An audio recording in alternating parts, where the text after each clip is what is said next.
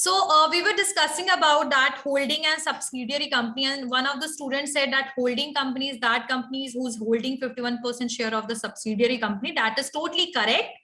But I just want to know that who were speaking that. कौन रहा था वो बच्चा? उसने नाम नहीं बताया. Pallavi. Good. Okay, Vishwas, you were also raised the hand. आप बताइए. Ma'am, same, and they also known as parent company. हाँ, exactly. So जो होल्डिंग कंपनी है वो आपकी वो कंपनी होगी जिसके अंडर में कोई सब्सिडियरी कंपनी ऑलरेडी चल रही है, समझ रहे हो?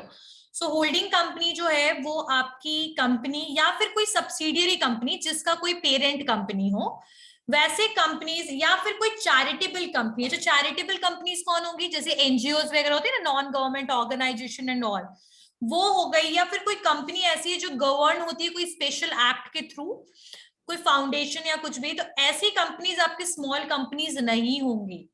जब भी आपकी स्मॉल कंपनी चलेगी वो प्राइवेट कंपनी की तरह ही चलेगी, ना ही वो चैरिटेबल कोई कंपनी होगी, ना ही वो होल्डिंग कंपनी होगी, ना ही वो सब्सिडियरी कंपनी होगी. आई बात समझ में? अच्छा, status of the company, company का स्टेटस क्या होगा? सो जो स्टेटस है कंपनी का may change from 1 year to another year, मतलब कंपनी का स्टेटस जो है वो चेंज हो सकता है.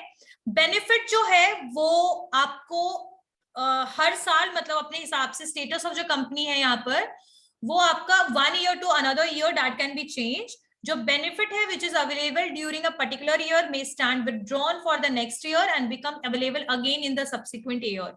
इसका मतलब क्या है? देखो, कोई एक पर्सन कंपनी चला रहा है, उसकी प्रॉफिट हुई है 50 लाख रुपीस की. कितनी की हुई है प्रॉफिट? 50 लाख की हुई 2019 में. 50 लाख की 2019 में हुई. तो अगर वो चाहे तो उस पैसे को निकाल लेगा यूज करने के लिए, और अगर वो चाहे तो उस पैसे को वैसे ही छोड़ देगा. Don't need to withdraw and that amount is going to use for the further next year, क्योंकि यहाँ पर एक ही पर्सन है ना जो सब पूरा का पूरा मैनेज कर रहा है. सो बेनिफिट जो आ रहा है आपको एक कंपनी से, that can be stand withdrawn for next year and become available again in the subsequent year. मतलब उस अमाउंट को you can use and you can withdraw in the another year as well. So there is no nothing related with it. ठीक है. Criteria क्या है small company को qualify करने के लिए? पहली चीज तो यहाँ पर सेक्शन 285 ने पहले ही बोल दिया है कि यहाँ पर क्या, जो सेक्शन 2 सब सेक्शन 85 के हिसाब से हमें स्मॉल कंपनी को जो है हम स्टैब्लिश कर सकते हैं. सेकंड क्या है? स्पेशल प्रोविजन और एग्जाम्पशन क्या है जो स्मॉल कंपनी को मिला है? Signing off annual return. Company secretary. अच्छा, कंपनी सेक्रेटरी कौन होता है?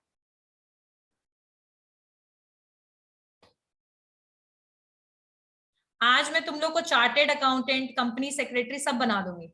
बताओ कौन होते कंपनी सेक्रेटरी?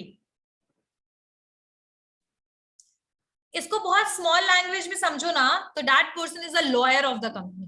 वो कंपनी का क्या होता है?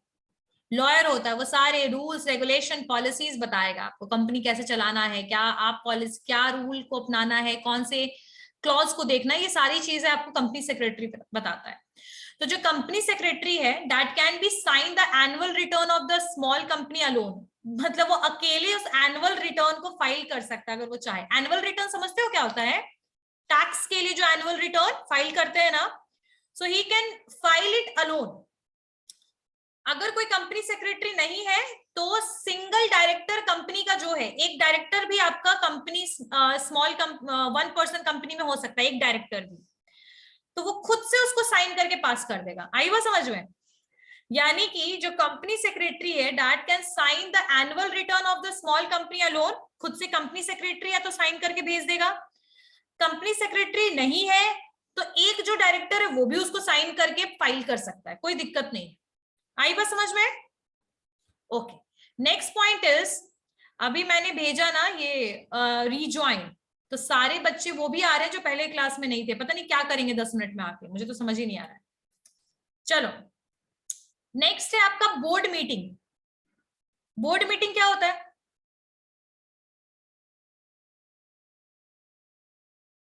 हाँ बोलो विश्वास. हाँ मैम, सब डायरेक्टर लोग का मीटिंग होता है. Very good. So board meeting जो होगा ना, स्मॉल कंपनी जो है वो 2 बोर्ड मीटिंग कर सकती है. Small company may hold only 2 meetings.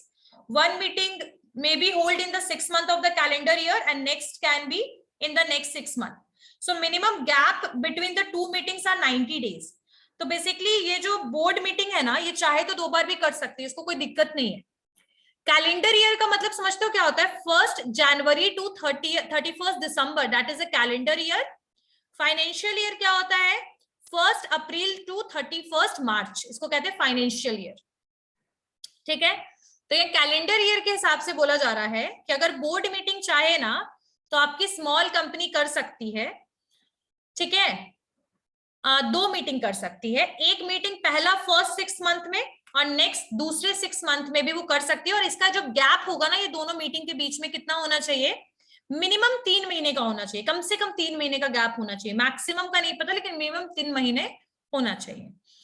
Financial statement की अगर हम बात करें तो 2013 सेक्शन 2 सब सेक्शन 40 कहता है कि फाइनेंशियल स्टेटमेंट में इनका कैश फ्लो स्टेटमेंट होना चाहिए. फाइनेंशियल ईयर में आपका, आप लोगों को तो पता है ना कि प्राइवेट पब्लिक सब कंपनी को ऑडिट कराना पड़ता है. कौन किसको नहीं कराना पड़ता ऑडिट?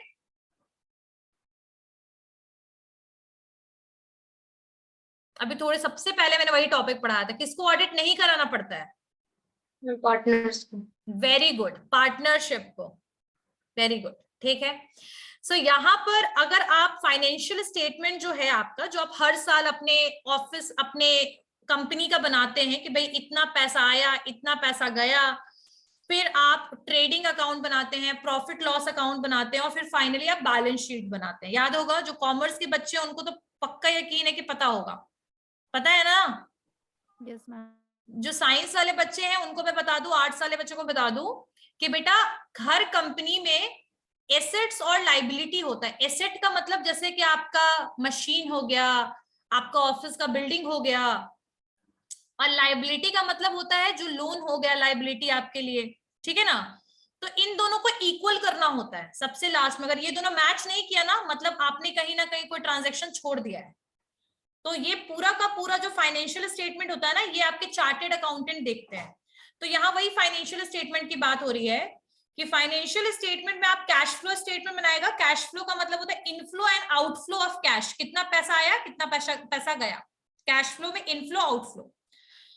उसके अलावा दिस सेक्शन स्पेसिफाई करता है exclude the requirement of cash flow statement for small company, 1 person company and dormant company are need not to include the cash flow statement as a part of the financial statement.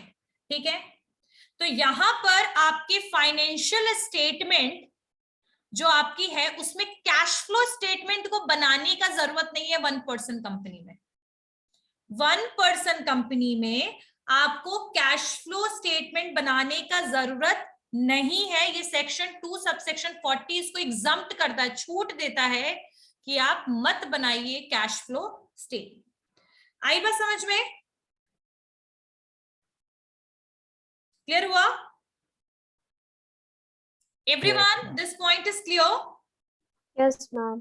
अच्छा, यहाँ एक word है, यहाँ पर एक word है, that is a dormant company. अच्छा, dormant company कौन सी कंपनी होती है इसका मैं बताती हूँ. जैसे कुछ कंपनी होती है ना जो उसमें कोई भी एक्टिविटी नहीं चल रहा होता है, बंद पड़ी होती है एक तरीके से, मतलब वो खत्म नहीं हुई होती है, उसमें सारे ऑपरेशंस जो होते हैं ना डे टू डे वाले, वो बंद रहते हैं. तो ऐसी कंपनी जो 2 साल तक उसमें कोई भी एक्टिविटी नहीं होता है, उसको हम डोरमेंट कंपनी कह देते हैं. यानी कि वो कंपनी एग्जिस्ट कर रहा है लेकिन उस कंपनी में कोई प्रोसेस नहीं चल रहा है. तो डोरमेंट कंपनी और 1 पर्सन कंपनी को सब सेक्शन 2 सब सेक्शन 40 में छूट मिला है कि आप दोनों कैश फ्लो स्टेटमेंट मत बनाइए. क्लियर हो गया? समझ में आ गया? ओके. अब next one is rotation of the auditor and matters to be included in board's report. ये यहां से हम लोग नेक्स्ट क्लास में पॉइंट करेंगे इसको. 1 पर्सन कंपनी के बाद आगे हम बढ़ेंगे. एक मिनट, ये 1 पर्सन कंपनी का मैंने ये क्या कराया था? These are the salient features. या फिर से रिपीटेड है क्या? अच्छा, मे बी डबल रिपीटेड हो गया होगा. अच्छा, conversion of OPC into company. OPC को कैसे कन्वर्ट करेंगे वो बताऊंगी फिर. उसके बाद फिर ये कुछ क्वेश्चंस है, फिर वो हम लोग कर लेंगे, फिर वो प्राइवेट पब्लिक कंपनी ओपीसी ये पूरा क्लियर हो जाएगा। फिर फॉरेन कंपनी करेंगे, करना है ना, एनपीओस Yes. करेंगे, नॉन प्रॉफिट। उसके बाद मैं सोच रही हूँ कि एक दो तरीके की और कंपनीज हैं, ठीक है, तो वो सारी कंपनीज कर लेंगे। किसी को कोई डाउट है? समझ आया? No, ma'am. यहां पर गया या यहां से गया ऊपर? चला गया ना सब दिमाग में एकदम? बच्ची नेक्स्ट क्लास में ओपीसी के बारे में जो बताया वो पूछूंगी, कन्वर्जन पब्लिक का प्राइवेट में, प्राइवेट का पब्लिक में कैसे होगा वो पूछूंगी, पब्लिक प्राइवेट में डिफरेंस, प्राइवेट पब्लिक ये कंपनीज में और आपके पार्टनरशिप में डिफरेंस, ये सब पूछूंगी मैं नेक्स्ट क्लास में। रेडी रहिए। ओके।